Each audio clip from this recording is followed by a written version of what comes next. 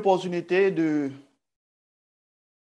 passer la fête avec trois différentes congrégations. J'ai passé la fête en première partie en Martinique. C'était vraiment euh, une grande joie de revoir les frères, de vous revoir en Martinique. Et puis après cela, nous sommes allés, ma femme et moi, nous sommes allés sur la Barbade. Et c'était très bien, malgré que le temps était très court. On n'a pas eu j'ai pas eu le temps de passer beaucoup pour passer avec les frères en Barbade. C'était triste de partir parce que nous avons passé seulement un seul jour. Mais dans l'ensemble, c'était bien de les revoir et puis la joie, le bonheur et puis de pouvoir passer un peu de temps avec Monsieur Wicks. Et puis après cela, nous sommes euh, partis sur la Guyana et c'était très bien. C'était la première fois que ma femme et moi sommes allés à Guyane et c'était vraiment une expérience avec les frères de la Guyane. Euh, Ce sont Guyana, pour ne pas confondre avec et la Guyane française. Bon, dans l'ensemble, chers frères et sœurs, c'est bien de se rentrer chez soi. Maintenant, après avoir vécu euh, des jours dehors et nous sommes retournés, et j'espère que chacun de vous a fait du bilan, le bilan de l'année, de cette année, et 2022.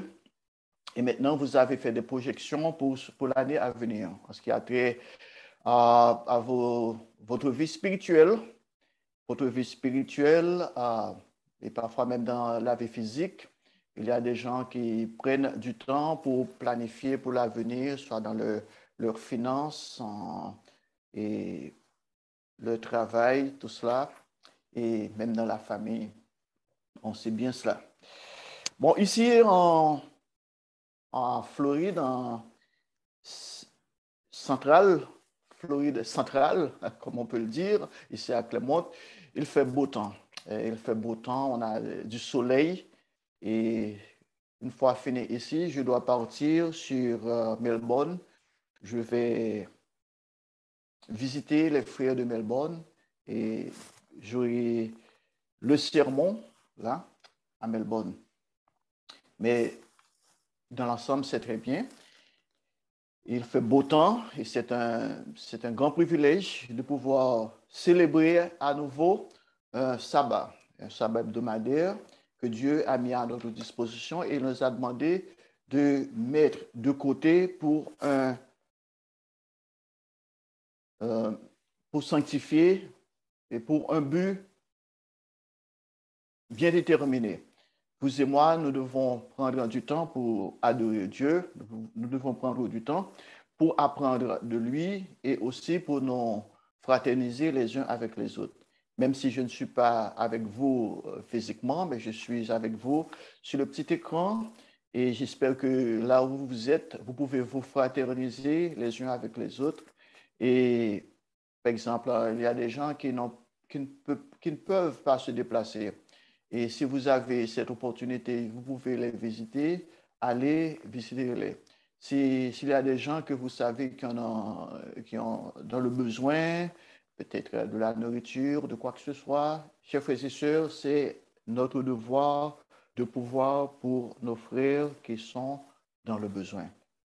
Et je sais que la plupart d'entre vous euh, le, le fait. Et ce n'est pas quelque chose qui est nouvelle pour vous. Et je sais très bien, je sais pertinemment que beaucoup d'entre vous prenez soin des autres. Bon, ici en Amérique, si vous étiez ici en Amérique et si vous faites l'actualité, si vous regardez la télévision, si vous lisez les journaux, on ne parle qu'une seule chose. On ne parle que des élections. Il y a beaucoup d'engouement partout où on y va. Il y a des élections, il y a des manifestations, tout cela. Et là encore, cette année, c'est un peu différent dans les années antérieures parce qu'on voit qu'il y a de la violence. Il y a beaucoup de violence, il y a beaucoup de menaces et les gens sont très divisés en ce qui a trait à leurs candidats. Et pour la plupart des gens, ils confondent tellement de problèmes. Ils confondent un problème d'inflation, ils confondent un problème de pénurie d'essence et puis le coût de la vie qui s'augmente. Et puis, non seulement ça, il y a l'incertitude. Et pour eux, il n'y a que des solutions qui peuvent apporter par le candidat. C'est ainsi qu'il y a des candidats de la droite, il y a les candidats de la gauche, il y a beaucoup de blâmes, il y a beaucoup de dissensions, il y a beaucoup de querelles. Et, chers frères et sœurs, c'est vraiment écœurant de voir ce qui se passe autour de nous. Il y a beaucoup de haine. Il y a des gens qui n'aiment pas les autres. Il y a des gens qui cherchent à détruire les autres. Et pour cela, il y a aussi l'orgueil des gens. Mais nous, dans l'Église de Dieu, nous avons notre part à faire. Nous avons notre responsabilité vis-à-vis de ces choses. Vous savez, chers frères et sœurs, les fêtes annuelles de Dieu représentent le plan de Dieu pour l'humanité. Et comme nous l'avions vécu il y a 2-3 semaines de cela, la fête des tabernacles, qui nous enseigne comment sera le monde de demain, c'est que c'est une préfigure du royaume millénaire du Christ quand il reviendra et il instaurera la paix, la joie, le bonheur, non seulement pour nous dans l'Église, mais pour toute l'humanité. Et après les 7 jours de la fête des tabernacles, nous avions célébré le dernier grand jour que Dieu nous a montré dans son plan qu'il appellera tout le monde, et même ceux qui sont morts. Et l'apôtre Paul a dit dans Romains, je vais juste citer cela, que si nous espérons seulement en ce monde, nous serons les plus misérables. Chers frères et sœurs, vous et moi, nous avons été appelés pour avoir une vision d'un monde meilleur. Vous savez, le 20 janvier 2021, les États-Unis ont prêté serment à un nouveau président. Et sous le regard attentif de la plupart des pays du monde, M. Joe Biden a été élu pour succéder au président Donald Trump, avec une participation électorale qui a dépassé tout ce qui s'est fait dans l'histoire des États-Unis. Après une élection très controversée, les États-Unis restent plus divisés que jamais.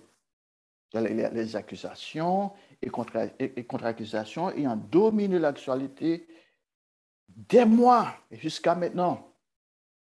Et vous savez, tout cela a culminé avec l'émeute du Capitole le 6 janvier, la deuxième mise en accusation de Donald Trump et son acquittement ultérieur.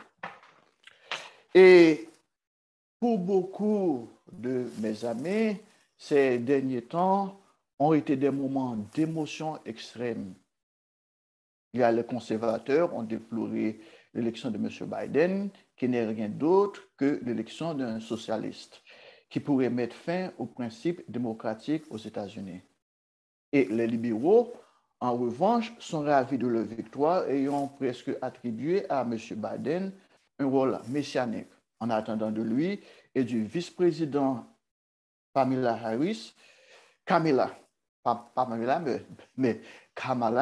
Harris, qu'il sauve une nation qu'il considère comme s'éloignant de plus en plus d'un programme progressiste.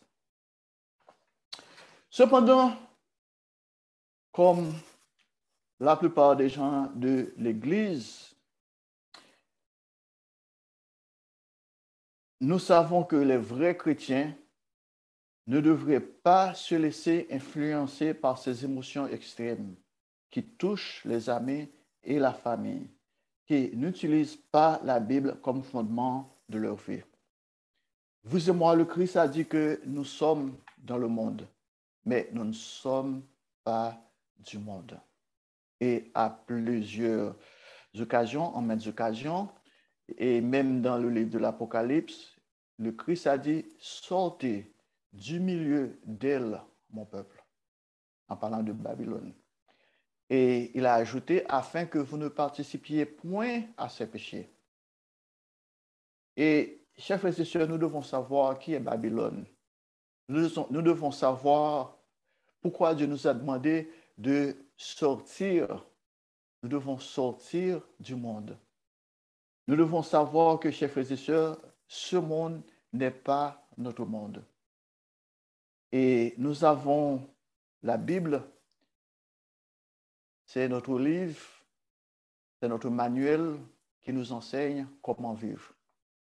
Et si vous avez besoin d'un titre pour le sermon de ce matin, c'est un titre très simple. Soyez des ambassadeurs pour Christ. Soyez des ambassadeurs pour Christ. Vous savez, le Christ a dit en plusieurs occasions qu'il est le chef de l'Église, qu'il est la tête de l'Église. Nous sommes un corps et notre tête, c'est le Christ qui dirige. Quand la tête donne des instructions, maintenant le corps suit les instructions de la tête. Vous savez, quand vous décidez à marcher, vous levez vos pieds, ce n'est pas les pieds qui se lèvent, mais c'est le cerveau qui a donné des instructions aux pieds de se lever, de se déplacer. C'est le cerveau qui donne la direction qu'il faut marcher, là il faut aller. Par exemple, je vais à Melbourne, je vais conduire pour aller à Melbourne dans quelques heures, mais ce ne sera pas mes pieds, mais ce sera mes pensées, ce sera mon cerveau. Et c'est mon cerveau qui va donner la direction, là il faut aller. Et c'est ainsi pour le corps du Christ. Parce que le Christ est la tête, nous devons marcher, nous devons suivre les directions du cerveau, la tête, le Christ. Comme je vous ai dit, chers frères et sœurs, la Bible est le fondement de notre vie. En effet, les Écritures révèlent que, quels que soient nos dirigeants humains et les changements qu'ils peuvent apporter ou non, les chrétiens ont des responsabilités universelles envers leurs dirigeants civils. Vous savez, c'est très facile pour nos chers frères et sœurs de nous plaigner des gens. Et il y a beaucoup de gens, mais dans l'Église, parfois quand on lit sur les réseaux sociaux, par exemple, si on va sur Facebook, parfois c'est vraiment triste de voir que les gens qui sont dans l'Église, qui affichent des choses en matière politique et qui parlent de ceci, qui parlent de cela, alors que la Bible nous a dit qu'il ne faut pas nous impliquer de ces choses. Nous devons avoir une position neutre vis-à-vis de ces choses, vis-à-vis des politiques de ce monde. La Bible invite les chrétiens à se considérer comme des ambassadeurs du gouvernement de Dieu. C'est cela ce que vous êtes c'est cela que je suis.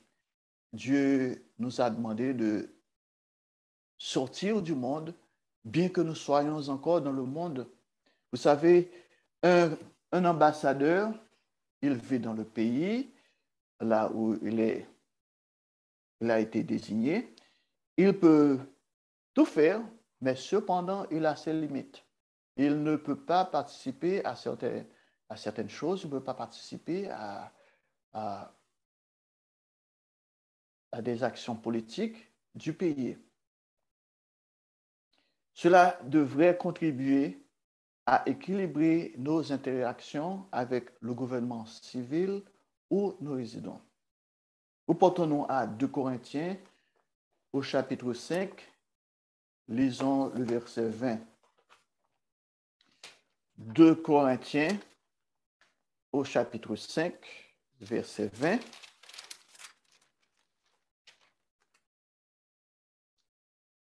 L'apôtre Paul qui parle, qui dit, nous faisons donc les fonctions d'ambassadeurs pour Christ, comme si Dieu exhortait par nous.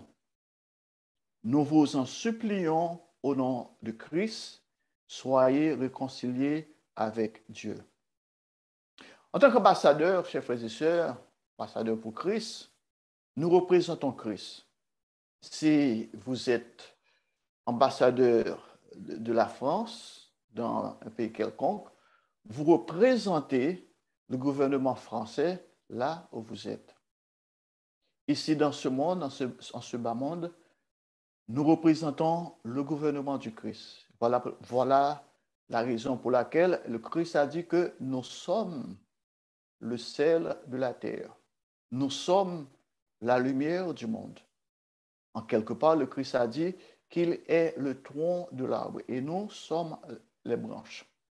Et quand nous sommes les branches ressemblent au tronc de l'arbre. Et ainsi, si nous continuons à recevoir la sève, notre nourriture du tronc de l'arbre, à coup sûr, nous porterons des fruits dignes de l'arbre. Nous portons maintenant à Philippiens au chapitre 3, verset 20.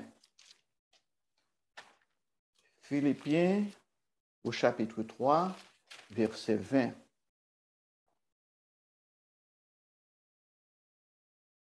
Dans Philippiens chapitre 3, verset 20, l'apôtre Paul nous explique ici, mais nous sommes citoyens des cieux,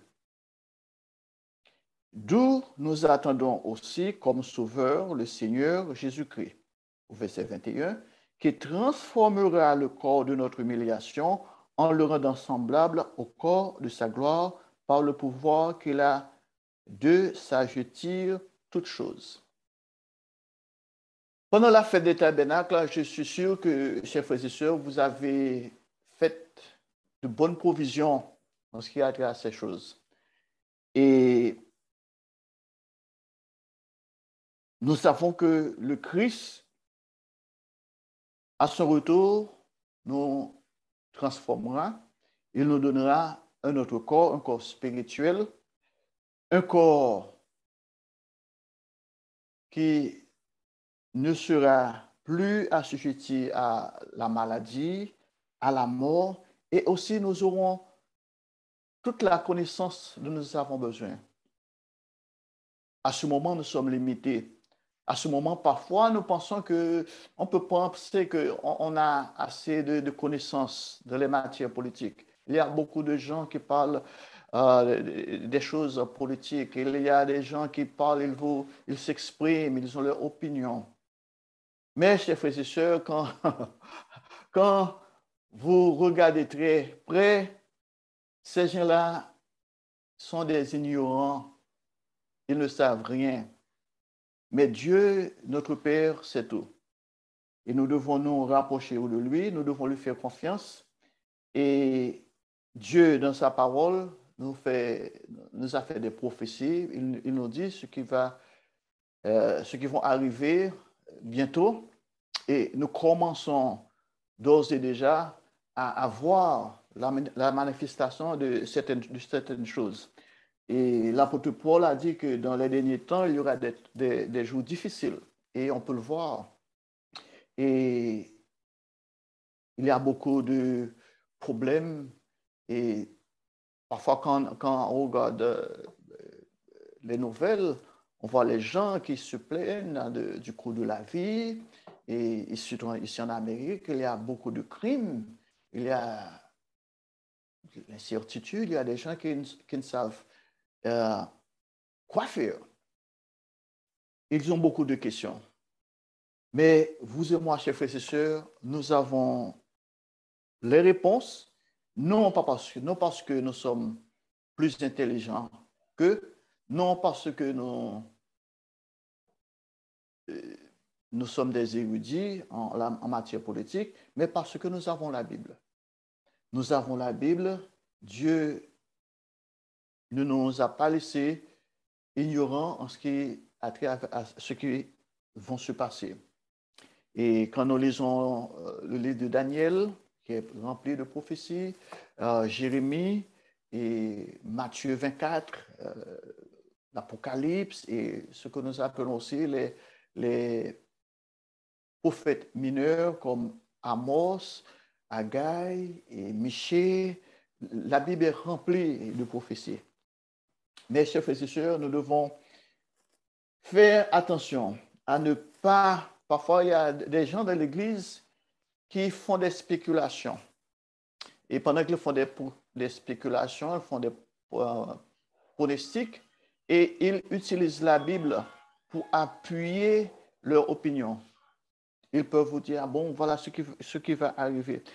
Et puis, bon, mais il faut faire attention à tout cela, parce que tout cela ne sont que des spéculations. Quand on fait des spéculations, et parfois ça n'a rien à voir avec les prophéties bibliques, nous devons être patients, nous devons prendre notre temps, mais tout en respectant les lois de Dieu, tout en respectant ce que Dieu a mis à notre disposition, ce que nous devons, nous devons nous comporter. Dans Philippiens 3, 20, nous rappelle que quelle que soit la rancœur politique dans notre nation, nous avons des choses à faire. La première chose, chers frères et sœurs, c'est d'obéir aux lois civiles. Nous devons obéir aux lois civiles. Nous devons payer nos impôts et nous devons respecter les fonctions de nos dirigeants et prier pour eux afin de mener une vie pacifique et pieuse. Je pense que il y a des gens parfois qui vous disent, ah bon, ce monde corrompu, bon, je n'ai rien à faire, je n'ai rien à voir avec ces gens corrompus. Il est vrai, chers frères et sœurs, qu'ils sont corrompus, mais Dieu nous a demandé de faire notre part. Notre part, c'est d'obéir aux lois civiles. On ne va pas, sous aucun prétexte, de dire, ah bon, ok, puisque nous sommes ambassadeurs du monde de demain, nous sommes ambassadeurs du Christ, nous allons nous comporter d'une façon qui est contraire à la loi de notre pays. Nous devons faire attention à cela. Et nous devons payer des impôts. Il y a des gens qui font de leur mieux pour ne pas payer les impôts. Ils cherchent les petites bêtes. Quand on ne paie pas les impôts, c'est qu'on est devenu des voleurs. On est devenu voleurs. C'est qu'on vole, on triche. Dieu nous dit qu'il ne faut pas dérober. Nous devons respecter les fonctions de nos dirigeants. Là encore, chers frères et sœurs, il y a sur les pages de Facebook, il y a des gens de l'Église qui parlent parfois avec beaucoup d'arrogance contre certains dirigeants. Parce que des dirigeants qu'ils n'aiment pas, si ces dirigeants ou ces dirigeants font partie de la gauche, et eux, ils pensent qu'ils sont de la droite, que la droite représente la justice, euh, tout cela, la liberté.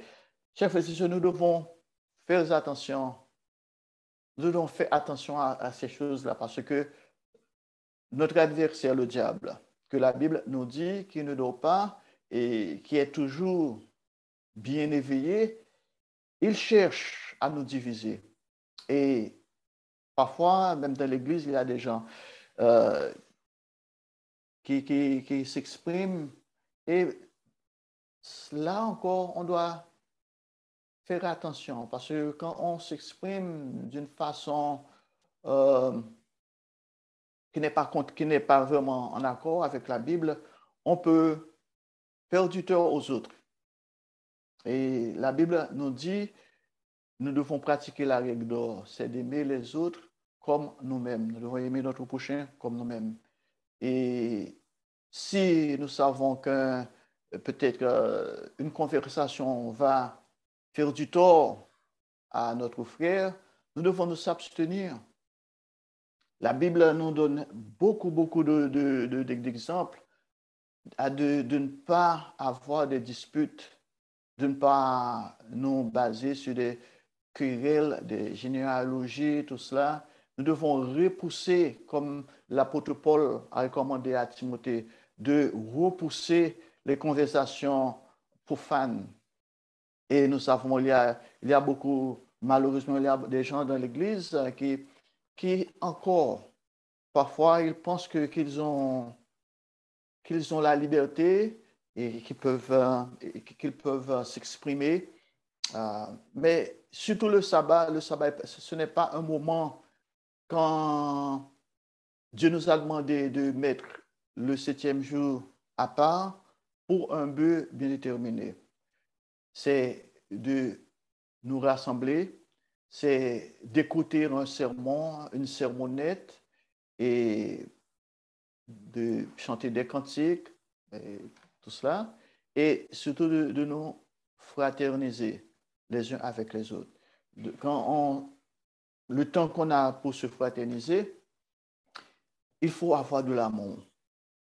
Et il n'y a pas d'amour quand on commence à avoir des disputes, quand on commence à parler des choses de ce monde, des choses politiques. Ça, c'est pas bon. C'est que maintenant, on transgresse le sabbat. Même si on est à l'Assemblée, même si on vient à l'Assemblée, même si bon, on est avec tout le monde, mais quand nous commençons à inclure des pensées de ce monde, des pensées qui sont purement charnelles, et maintenant, Dieu n'est plus là. Nous abandonnons le, notre devoir, ce que nous devons faire, parce que nous devons faire de notre mieux par notre esprit et l'esprit de Dieu, l'esprit que Dieu nous a donné pour édifier les autres, pour les réconforter. Par exemple, quelqu'un qui vient à toi et puis cette personne a un problème et puis, bon, vous pouvez faire votre mieux pour aider cette personne. Et ce n'est pas le moment d'avoir des disputes en ce qui a trait à la politique, parce que nous devons vivre une vie pacifique et pieuse. L'apôtre Paul nous a dit autant que cela dépend de nous, rechercher la paix avec tout le monde. Et ce n'est pas cela qu'on voit dans le monde. Dans le monde, surtout maintenant avec les élections partout, c'est beaucoup de disputes, beaucoup de chicaneries, beaucoup de rivalités et compétitions et qui ne sont pas conformes à la loi de Dieu, mais plutôt c'est la voie de Satan, le diable. Satan est lui qui cause les divisions. Satan n'aime pas l'humanité et Satan continue à inculquer, à inoculer ses, pensées, ses venins de malice, de haine dans nos pensées. Reportons-nous à Matthieu au chapitre 22. Disons les versets 15 à 22. Matthieu au chapitre 22, versets 15 à 22. c'est le Christ qui nous donne cette directive ici, en Matthieu chapitre 22, verset 15.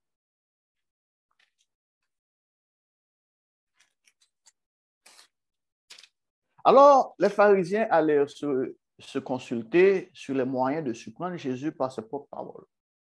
Vous savez, il y a des gens qui peuvent venir à vous pour chercher pour commencer une discussion, une conversation. Mais parfois, c'est pour vous chercher à vous mettre dans l'engrenage. Et c'est ce que les pharisiens faisaient à ce moment-là. Ils allaient se consulter sur les moyens de surprendre Jésus par ses propres paroles. Au verset 16, ils envoyaient auprès de lui leurs disciples avec les Hérodiens qui dirent, « Maître, nous savons que tu es vrai et que tu enseignes la voie de Dieu selon la vérité, sans t'inquiéter de personne, car tu ne regardes pas à l'apparence des hommes. » Quelle flatterie! Il faut voir comment les gens, ils cherchent à mettre Jésus dans l'engrenage, mais ils utilisent la flatterie.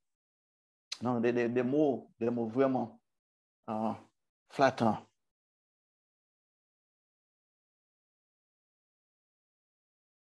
Verset 17, dis-nous donc ce qu'il t'en semble. Est-il permis ou non de payer le tribut à César? Au verset 18, Jésus, connaissant leur méchanceté, répondit, pourquoi me tentez-vous, hypocrite? Au verset 19, montrez-moi la monnaie avec laquelle on paie le tribut. Et ils lui présentèrent un denier. Au verset 20, il leur demanda, de qui porte-t-il l'effigie et l'inscription? Verset 21, de César, répondirent-ils. Alors il leur dit, rendez donc à César ce qui est à César et à Dieu ce qui est à Dieu. Vous savez, chers frères et sœurs, en gardant dans nos pensées ces versets-là, nous apprenons à nous occuper de nos propres affaires. Nous n'avons pas à nous occuper des affaires de ce monde. Ça, le monde, ça c'est pour le monde. Notre temps, chers frères et sœurs, est précieux. Nous n'avons pas le temps pour faire des disputes. Nous n'avons pas le temps pour parler des choses politiques. Mais notre temps, Dieu nous a donné du temps pour prendre soin de nous-mêmes, prendre soin de notre famille, mais avant tout, de grandir spirituellement. Le temps qu'on peut passer peut-être à regarder la télévision et à faire des prédications, des prédictions, tout cela, on peut prendre du temps pour étudier la Bible, étudier, méditer sur la Bible et surtout prier de nous rapprocher proche de Dieu, de ne pas laisser ces choses-là et envahir nos pensées. Vous savez, ces versets là ont été écrits à une époque où un empereur romain incroyablement corrompu régnait sur la majeure partie du monde civilisé. You know? Parfois, on peut garder le monde, on regarde autour de nous, et puis bon, parce que je me rappelle quand j'étais enfant, et on parlait beaucoup des choses politiques, mais à ce moment-là, on ne pouvait pas parler ça publiquement, parce que c'était vraiment censuré. Mais à ce moment-là, tout le monde pensait que, ah bon, une fois qu'on se débarrasse du dictateur, à ce moment-là qui était président, maintenant, tout va s'arranger. Notre monde sera merveilleux, on aura la liberté, on pourrait parler aisément, on va faire ceci, on va faire cela. Et malheureusement, chers frères et sœurs, après le départ du président, il y a d'autres présidents qui viennent, qui se succèdent. Et bon, ça n'a pas changé. Par contre, euh, les crises ont empiré. Et c'est notre monde, chers frères et sœurs. Le monde, les hommes ne peuvent pas se gouverner. Nous ne devons pas avoir notre cœur dans ce monde, dans les dirigeants de ce monde pour résoudre nos problèmes. C'est malheureusement le cas pour certains parce qu'ils pensent que maintenant, on va voter pour un candidat, on va voter pour certains hommes, pour certaines dames, et puis maintenant, cela va arranger. Maintenant, et il y a tellement d'exemples, et ça vraiment parce que 3 ans de cela, 2 ans de cela, on pensait que maintenant, avec un autre système, une autre forme de gouvernement, maintenant, il y aura beaucoup plus de stabilité, il y aura beaucoup de progrès dans le pays, mais ça ne marche pas. Ça ne marche pas. Par contre, on a beaucoup on fait face maintenant à une crise financière et que les gens ne savent quoi faire. Reportons maintenant à Romains au chapitre 13. Nous allons lire les versets 1 à 7. Romains chapitre 13, verset 1.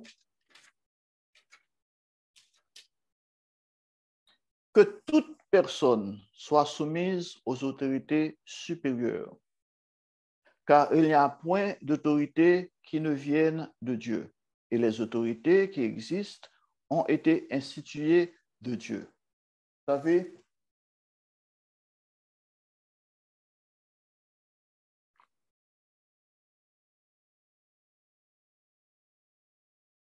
quand nous conduisons sur l'autoroute, et puis il y a un signe qui dit, ah, il faut voyager à 40 km par heure. Et puis, on peut dire, ah, ça a été mis là par un homme. Bon, je m'en fiche, je peux rouler à 50, à 70, comme je le veux. Mais la Bible nous dit que nous devons respecter l'autorité. Nous devons nous soumettre, que toute personne soit soumise aux autorités supérieures. Car il n'y a point d'autorité qui ne vienne de Dieu. Et les autorités qui existent ont été instituées de Dieu. Là, je vais élaborer un peu. Autant que cela n'a rien à voir avec les lois de Dieu. Même si c'est quelle que soit cette personne qui est en charge, et cette personne nous a demandé de transgresser la loi de Dieu, on ne va pas le faire. Vous vous rappelez l'histoire de Daniel qui a dit, connaissez-vous, ô roi, que nous n'allons pas adorer vos dieux. Et nous devons être fermes, nous ne devons pas faire des compromis quand il s'agit de la loi de Dieu. Mais cependant, nous devons nous soumettre à toute loi qui est, même si ce n'est pas juste à nos yeux. Et pourquoi, au verset 2, il dit, c'est pourquoi celui qui s'oppose à l'autorité résiste à l'ordre que Dieu a établi. Et ceux qui résistent attireront une condamnation sur eux-mêmes. Si, maintenant, comme je vous ai dit, si les lois de la circulation vous disent, oh, il ne faut pas rouler à 50 km par heure et vous devez rouler à 40 ou à 35, vous devez respecter. Maintenant, sans quoi, vous allez avoir une contravention. Et quand on vous donne cette contravention, vous ne pouvez rien faire. Malheureusement, nous voyons Et ces jours-ci, il y a beaucoup de gens maintenant qui attaquent les policiers. Parfois, ils tuent les policiers. Et ça, c'est vraiment triste, le monde où nous vivons. C'est vraiment triste. Continuons.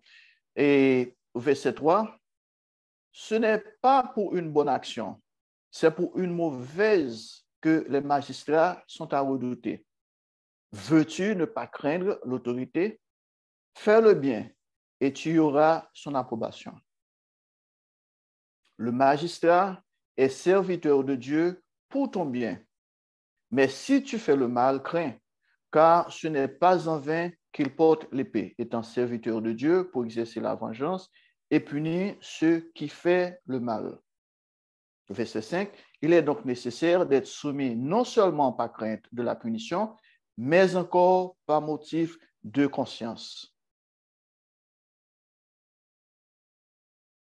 Quand nous faisons toutes choses à la manière que nous avions appris de la Bible, de la parole de Dieu, chers frères et sœurs, nous n'avons rien à craindre. Et cela nous donne la paix d'esprit. Cela contribue à notre bonheur. Nous pouvons marcher, nous pouvons vaquer à nos activités en ayant la tête légère, parce que nous n'avons rien à craindre.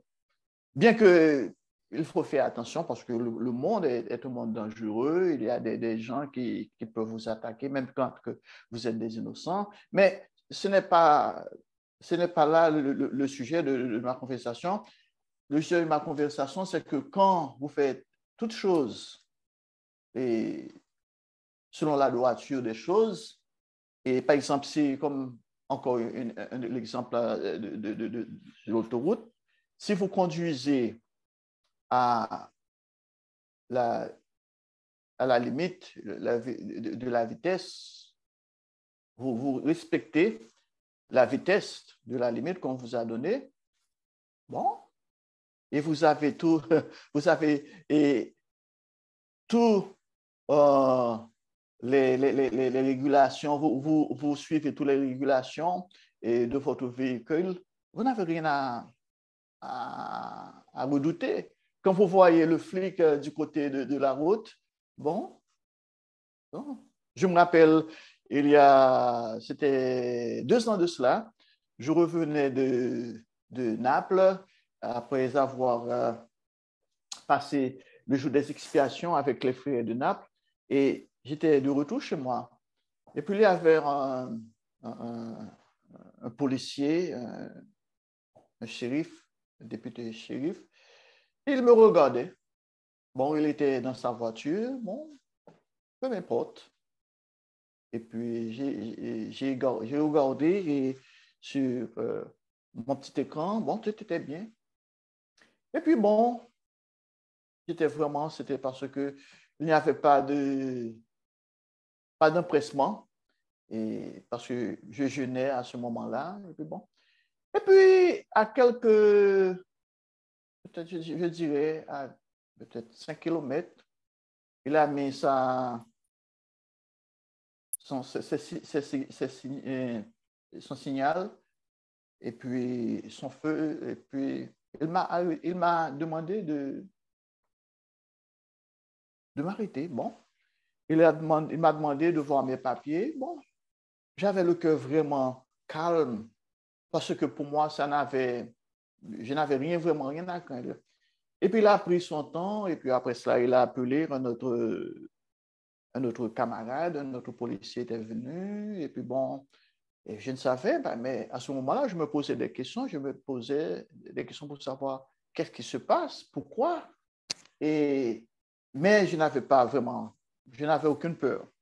Et puis finalement, il était venu me voir pour me dire, ah bon, oui, et votre assurance, on ne pouvait pas vérifier votre assurance. Et puis c'est ainsi que je lui ai donné les papiers relatifs à mon assurance. Et puis bon, et puis après cela, Il m'a dit, OK, et bonne journée. Je lui ai dit, bonne journée. Chers frères et sœurs, c'est ce que la Bible nous explique ici. Quand on fait tout, c'est comme, je me rappelle quand je travaillais à l'hôpital et, et vous travaillez en quelque part, vous travaillez pour une organisation. La plupart du temps, il y a un code, il y a un livre de code. C'est, comme on dit ici, c'est policy, c'est politique, et qui vous donne toutes les directives. Comment, qu'est-ce qu'il faut faire. Bon. Si vous pratiquez ce livre-là, vous n'avez rien à craindre. Si quelqu'un vous dit, bon, OK, on va vous terminer, bon, ça c'est autre chose. Mais il faut donner la raison pour laquelle on va vous terminer, c'est la raison et qu'on va vous pénaliser. En respectant tous les articles du livre, vous n'avez rien à craindre. Et c'est ainsi dans notre société, en respectant les lois. Bon, par exemple, il y a dans mon quartier, il y a ce qu'on appelle une Homeowner Association. C'est une association pour tous ceux qui habitent dans cette communauté. Et dans cette communauté, il faut payer, chaque mois. Et puis, mais il y a des lois, il y a des régulations. C'est-à-dire, je ne peux pas, par exemple, laisser des détritus sur le trottoir. Il faut prendre soin du gazon, il faut prendre soin des plantes. Il faut que même les plantes doivent être à la hauteur des lois de l'association. Et même les clôtures, cela devrait être certains standards. Tout doit être régularisé selon l'association. Et tout le monde doit suivre les mêmes règles.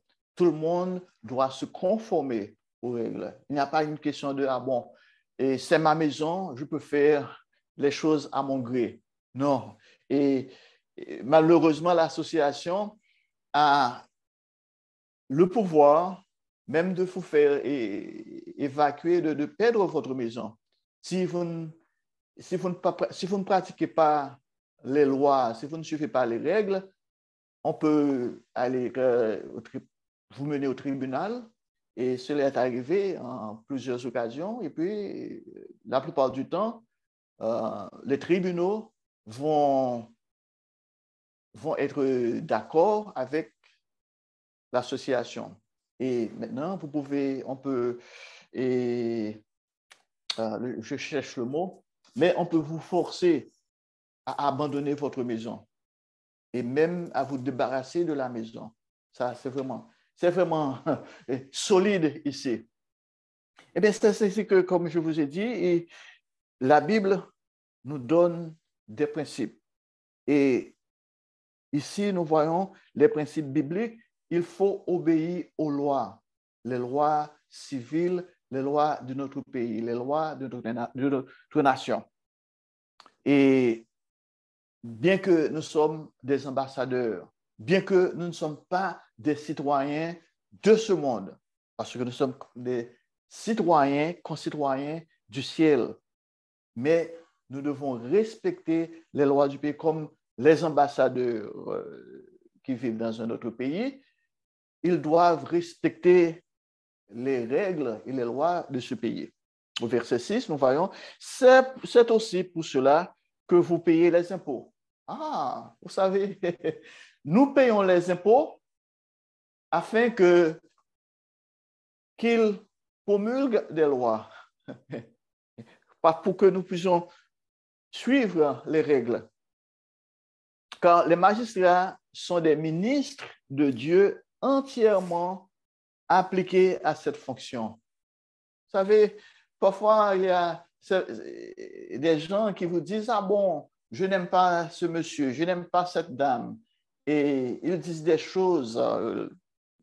Et ici en Amérique, il y a des comédiens qui vous font rire.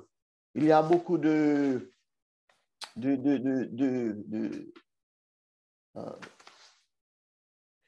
plaisanteries à l'endroit de nos politiciens. Et parfois, c'est pas bon goût. On peut dire que c'est pas bon goût. Mais ils le font.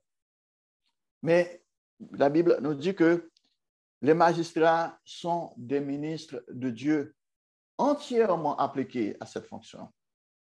Au verset 7, rendez à tous ce qui leur est dû, l'impôt à qui vous devez l'impôt, le tribut à qui vous devez le tribut, la crainte à qui vous devez la crainte, l'honneur à qui vous devez l'honneur. C'est-à-dire que je ne peux pas entrer, je ne peux pas voir un juge et puis lui dire, hey, hey yo, je ne peux pas dire ça. Il faut démontrer l'honneur, la révérence.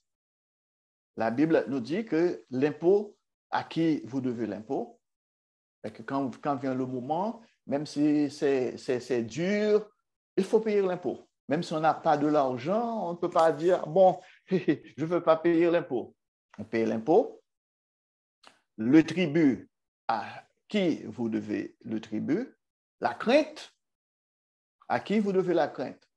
Si vous roulez sur la route, le flic vous demande de vous arrêter, devez vous arrêter.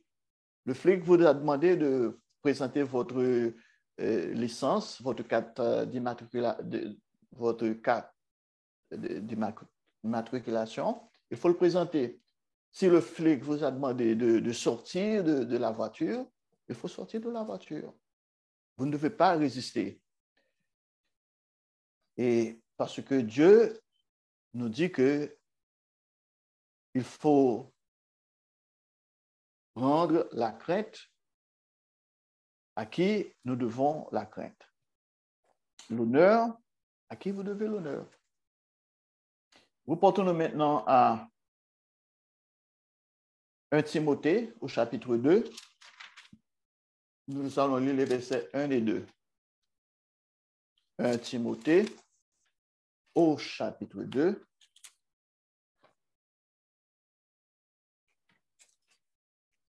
Timothée, ça vient juste avant 2 Timothée et ça vient juste après Thessaloniciens, 2 Thessaloniciens. 1 Timothée au chapitre 2, versets 1 et 2. J'exhorte donc, avant toute chose, à faire des prières, des supplications, des requêtes, des actions de grâce pour tous les hommes. Verset 2, pour les rois et pour tous ceux qui sont élevés en dignité, afin que nous menions une vie paisible et tranquille en toute piété et honnêteté. Voilà notre part, chers frères et sœurs.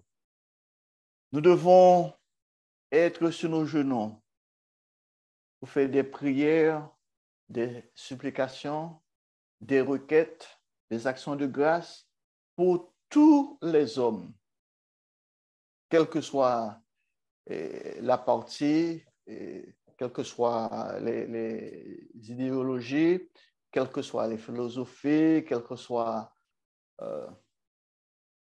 cette personne est une bonne personne, cette personne est une mauvaise personne, mais nous devons prier pour eux. Nous devons prier pour tous les hommes, pour les rois, avec nous devons prier pour nos présidents, nous devons prier pour nos premiers ministres, nous devons prier pour nos juges, nous devons prier pour les gouverneurs, nous devons prier pour les députés, les sénateurs, tous ceux qui sont placés pour nous diriger. Tous ceux qui sont élevés en dignité, afin que nous menions une vie paisible et tranquille, en toute piété et honnêteté. Et au verset 3, l'apôtre Paul ajoute, cela est bon et agréable devant Dieu, notre Sauveur, qui veut que tous les hommes soient sauvés et parviennent à la connaissance de la vérité. Chers frères et sœurs, vous et moi, nous vivons dans un monde difficile, nous vivons dans un monde parfois qui est impossible. Quand on va dans certains endroits, dans certains pays, c'est vraiment impossible, presque impossible de vivre. Il y a la misère, il y a la pauvreté, il y a l'insécurité, et parfois on se demande, mais où sont les dirigeants? Que font-ils pour remédier à la situation? Mais nous savons, chers frères et sœurs, que ce n'est pas notre monde. Nous savons que Dieu a placé un temps, Dieu a son plan. Et au temps marqué, Dieu va intervenir dans les affaires du monde. Et il va apporter la paix, la joie, le bonheur. Et nous devons faire de notre mieux pour nous rapprocher de Dieu. Mais nous pouvons nous rapprocher de Dieu en priant, en passant du temps avec Dieu sur nos genoux, au lieu de regarder l'aspect négatif des choses, au lieu de blâmer les dirigeants, au lieu de prendre du temps de se quereller avec les autres. Ah bon, je pense que M. X serait mieux dans une telle position, ou M. Y ne fait pas son travail. Chers frères et sœurs, nous devons prier. Dieu nous demande de prier. Prenons du temps pour jeûner. Prenons du temps pour méditer comment on peut avancer spirituellement, on peut grandir. Nous venons de venir juste de terminer, de clôturer cette année les fêtes annuelles cette année. Mais nous avons une autre année à venir. Nous avons des années à venir avant le retour du Christ. Prenons du temps pour nous rapprocher de Dieu. Prenons du temps pour nous vraiment, pour grandir, pour croître dans la connaissance de Dieu, dans la vérité, dans la justice, la paix, l'amour, et afin que nous soyons de vrais ambassadeurs pour Jésus-Christ. Chers frères et sœurs, ces versets ont été écrits, et comme je vous dis, à une époque, il y avait un dictateur, un homme avec lequel la plupart des chrétiens n'étaient pas d'accord en matière de religion ou de politique. Et ça arrive, on ne peut pas vraiment être d'accord avec tout le monde quand il s'agit de la religion ou de politique. Et il y a des chrétiens qui pensent que, bon, s'ils choisissent quelqu'un qui se dit chrétien ou quelqu'un qui parle de Dieu, ah bon, maintenant ça, c'est leur choix, c'est le meilleur choix. Alors que, chers frères et sœurs, Dieu ne nous a jamais dit qu'il va y avoir dans ce monde un chrétien, un dirigeant chrétien pour changer les choses. La Bible nous parle dans Daniel, ça fait l'illustration de Daniel. Après les 10 doigts, les 10 orteils, excusez, les 10 orteils qui sont formés d'argile et d'acier vont disparaître. Ça, ce sera le dernier royaume du monde, parce que la Bible nous parle de la bête qui viendra. Il y aura 2 bêtes. L'un qui est un personnage religieux et l'autre qui sera un personnage politique. Et la Bible nous dit que les rois, c'est-à-dire les dirigeants, vont lui donner le pouvoir. Ils vont lui donner leur pouvoir. Et il sera un dictateur, mais le Christ reviendra. Il aura ce soir la petite pierre que Nebuchadnezzar a vue dans son rêve. Et le prophète Daniel l'a bien souligné, que cette petite pierre deviendra une grande royaume et qui n'aura aucune fin. Et ce royaume subsistera pour toujours. Chers frères et sœurs, nous sommes ambassadeurs. Nous sommes les ambassadeurs de ce royaume. C'est notre but, c'est notre aspiration.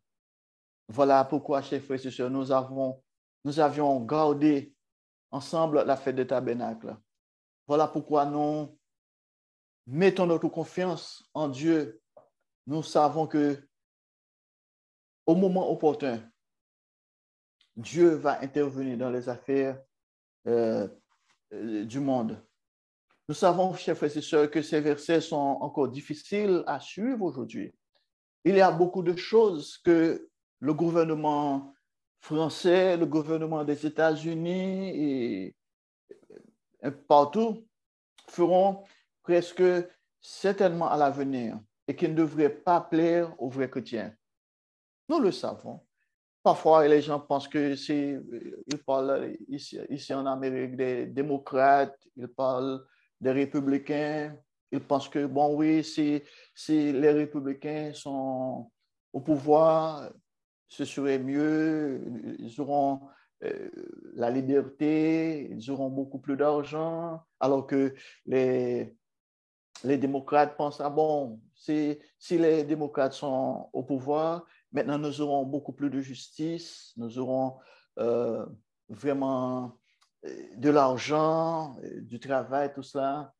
Mais chers frères et sœurs, la Bible déclare que nous sommes censés agir de la même manière envers notre gouvernement, indépendamment de nombreuses questions sur lesquelles la plupart des Américains se concentrent.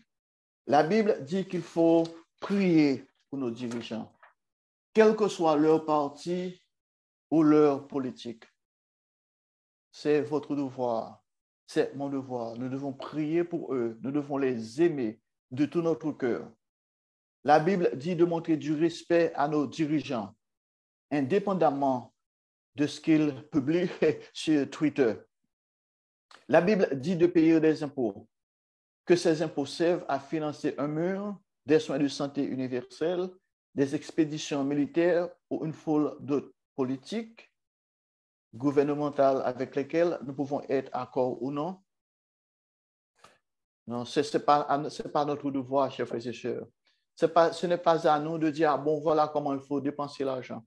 Ce n'est pas à nous de dire, ah bon, et maintenant, si on n'est pas satisfait, on va être des militants. Il y a beaucoup de gens qui pensent qu'ils peuvent être des militants, ils peuvent changer la course des choses. Chers frères et sœurs, ce n'est pas à vous, ce n'est pas à moi de changer la course des choses. Cette transition de pouvoir peut être un bon moment pour les chrétiens de se demander s'ils agissent vraiment comme des citoyens du monde des cieux et des ambassadeurs chrétiens. Une chose que nous pouvons faire est d'évaluer comment nous, Français, Américains, qui que vous soyez, avons fait pour prier pour le président dans ces deux dernières années.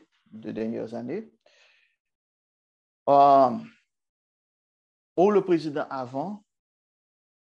Parfois, pensez-vous que, ah bon, j'aime ce monsieur, il me paraît droit, il me paraît juste, bon, je vais prier pour lui parce que je l'aime. Et puis, bon, un autre président, ah bon, je ne l'aime pas, mais je ne vais pas prier pour lui.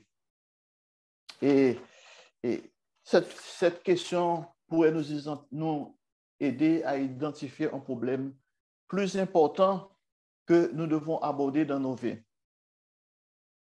Si nous prévoyons de prier davantage pour quelqu'un parce que nous réalisons que nous devons améliorer nos prières, quel que soit le président en question, et que nous essayons de grandir en maturité chrétienne, ça, c'est merveilleux. La croissance est toujours bonne. Toutefois, si nous prévoyons de prier davantage ou moins pour que Dieu guide un président ou quelqu'un qui est au pouvoir en raison de motivation politique, nous avons encore une leçon à apprendre. Si nous permettons à la politique de dicter la façon dont nous suivons les Écritures, alors nous avons permis à notre nation de devenir une fausse idole au lieu de suivre les instructions claires de la Bible. Vous savez, il y a quelque temps de cela, j'ai lu sur Facebook quelqu'un qui parlait de lui-même et cette personne était un membre de l'Église et cette personne s'était identifiée en tant que nationaliste. Vous savez, quand on dit que on est nationaliste, on doit défendre notre nation, ça c'est un peu dur, surtout quand on comprend bien ce que la Bible nous dit. Lorsque l'apôtre Paul nous dit que nous ne sommes pas de ce monde, nous sommes concitoyens du ciel. Et parce qu'il y a des gens qui pensent que maintenant, il faut s'impliquer, il faut lutter. Et il y a beaucoup de choses comme ça. Il y a beaucoup de gens qui prennent parti de certaines personnes. Alors, chers frères et sœurs, nous ne devons pas avoir comme idole notre nation. Quand Dieu nous a appelés dans son Église, il nous a demandé de nous repentir. Nous sommes repentis de nos péchés. Nous avons été baptisés, lavés de nos péchés. Et nous avons reçu un don, le don du Saint-Esprit. Et maintenant, la Bible nous dit que nous faisons partie d'une race royale. Nous sommes concitoyens de Christ. Et nous devons, il y a en nous, parfois où nous allons, les gens vont nous poser des questions, mais d'où venez-vous? Et parfois, quand les gens me posent des questions, mais d'où venez-vous? C'est bon, j'étais né à Haïti, j'ai grandi à Haïti, j'ai vécu une partie de ma jeunesse en Haïti. Mais après cela, je suis immigré sur les États-Unis. Et puis, bon, j'ai fait mes études aux États-Unis. Et puis, bon, c'est tout. Et si on me pose d'autres questions, bon, ouais. Et en ce qui a trait, je suis américain, je suis haïtien, j'ai en moi la culture haïtienne et j'aime encore la cuisine haïtienne, beaucoup la cuisine haïtienne. J'aime beaucoup la musique haïtienne. Il y a beaucoup de chants, beaucoup de choses. J'ai beaucoup de nostalgie de mon enfance.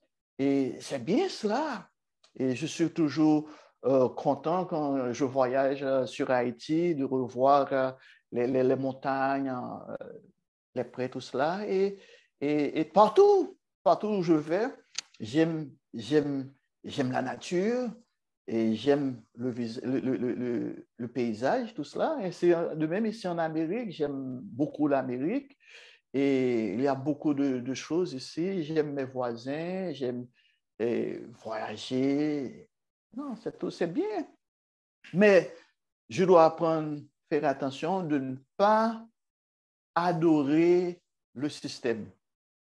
Parce que le système est un système qui est altéré par Satan le diable, un système qui a été séduit par Satan le diable. Et il y a beaucoup de gens, chers frères et sœurs, qui malheureusement, qui adorent encore le système. Et quand on adore le système, on devient esclave et on ne peut pas avoir de maître. La Bible nous dit, on ne peut pas servir Dieu et le système de Satan. Et nous devons comprendre cela. Nous devons faire de notre mieux et de savoir que nous devons prier pour tout le monde. Et nous devons prier pour un président démocrate que pour un président républicain ou vice-versa. Et simplement, en raison de leur parti politique, nous montre que nous avons encore du travail à faire si nous voulons vraiment être des ambassadeurs chrétiens. Nous ne pouvons pas prendre parti, nous ne pouvons pas nous laisser entraîner par ces histoires-là. Et parce que ça, là encore, il y a non seulement de la politique, mais il y a beaucoup d'autres choses. Il y a beaucoup de haine. Il y a maintenant quelqu'un qui me parlait, il y a quelque temps de cela, cette personne cherche à catégoriser les gens. Il y a beaucoup de personnes, par exemple, si vous êtes d'une race, bon, on peut vous classifier et on peut penser déjà, on peut imaginer votre philosophie à l'envers des choses. Alors que, chers frères et sœurs, nous devons être apolitiques, nous devons être neutres dans ces histoires-là. Dieu nous a demandé de nous aimer les uns les autres. Qui que vous soyez, nous devons aimer nos prochains. Les vrais chrétiens ne seront jamais tout à fait d'accord avec les dirigeants politiques de ce monde. Mais ils reconnaîtront que leur obéissance à Dieu et aux instructions qu'il nous donne concernant la façon dont nous traitons nos dirigeants politiques n'est pas basée sur la politique du parti et sur l'individu qui est en fonction. Chers frères et sœurs, vous et moi, comme je vous ai dit, Dieu nous a appelés pour un meilleur royaume, pour un meilleur monde. Le temps viendra où nous prendrons naissance dans sa famille. Et à ce moment-là, nous aurons avec nous notre frère aîné Jésus-Christ. C'est lui qui est la tête, le chef de l'Église. Et d'ores et déjà, vous et moi, nous sommes ses ambassadeurs.